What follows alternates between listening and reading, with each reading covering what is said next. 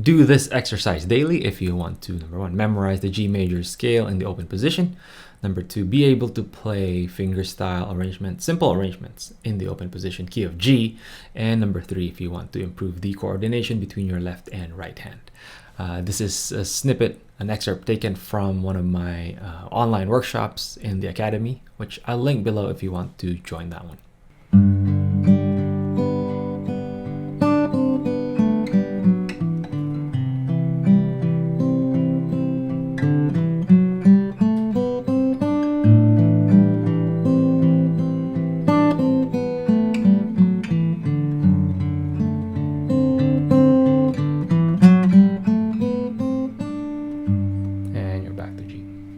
You have your right hand information on top.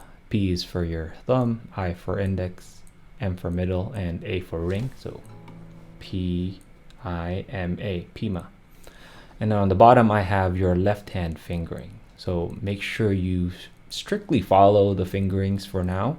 So this is T, 1, 2, 3, 4. You have a 3 there. That means that you're going to use your ring finger to play this note right here. Position 2, by the way, means that your thumb is going to play the bass note. Your index is always on that D string, middle is always on the G string, and ring is always on that B string. So we're going to start with this pattern here where it goes P, so P, I, M, I. It's basically alternating to the index finger, right? So P, I, M, middle, I, that's the first half, and then the second half.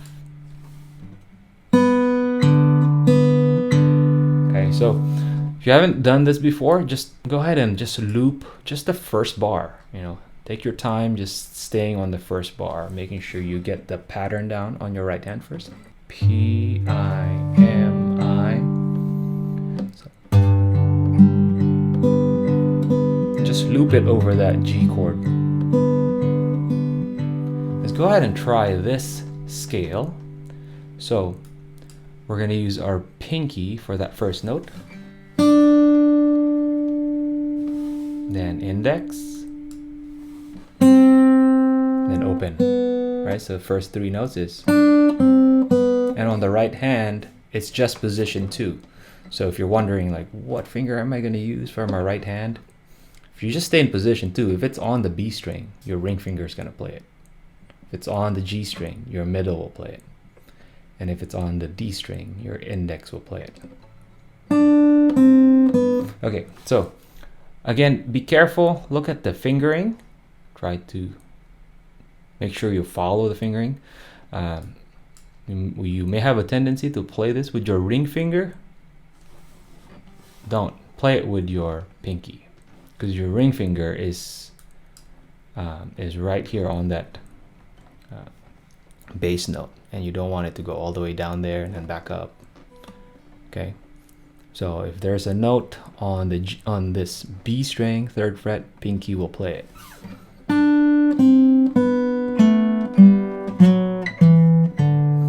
All right, so that's the scale descending. Okay, now the challenge here is I want you to keep this ring finger down. I didn't put it down here, but I want you to keep that ring finger down and that this note ringing out as long as possible while you're playing the scale, right? So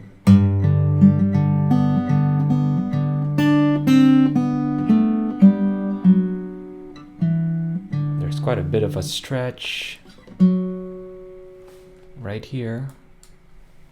So take your time with this. Now do it again and try to see if you can keep that bass note ringing. You should be able to hear the overtones too while you're doing the scale.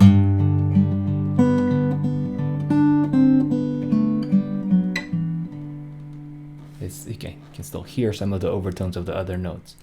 That's one of the beauties of playing the key of G, is you have that overtone. It's almost like a drone that's supporting whatever you're playing. Okay, let's try it over a C chord. Same pattern. And then instead of descending, we'll have an ascending. But let's start with this right hand pattern.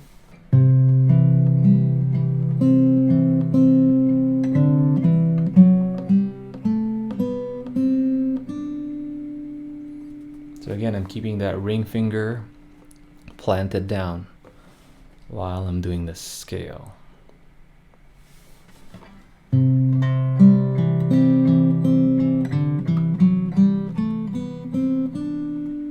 Now let's try G from the first bar all the way to bar 4. So do it slowly. Part of this exercise is, part of the reason why I'm doing this exercise is so that you can memorize this open G major scale, basically. This G major scale in the open position. So if you can do it without looking at this tab, even better.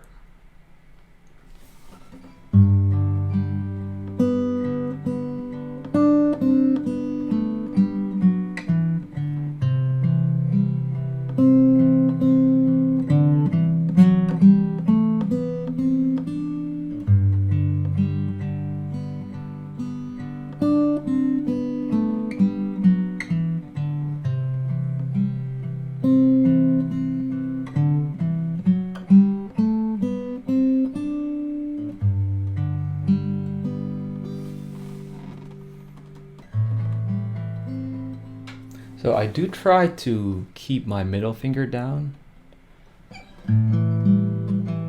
even when I go to the scale. So here's my A minor 7. When I do the scale, I just leave that middle finger down. It affects the fingering a little bit because I'm using my ring finger now to play that. That's okay.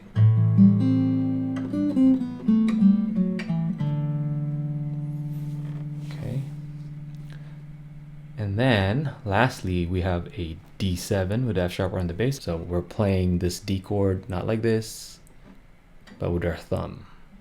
So watch the chord transitions. I'm going from G to C to A minor to D7. Very little movement with the left hand, right? I'm not doing any big jumps. That's why we're playing the D7 with an F sharp on the bass using our thumb.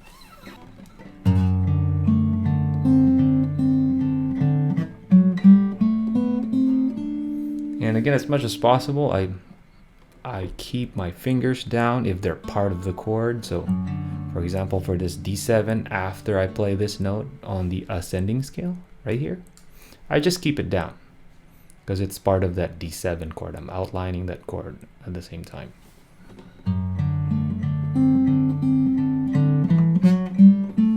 I just keep it steady there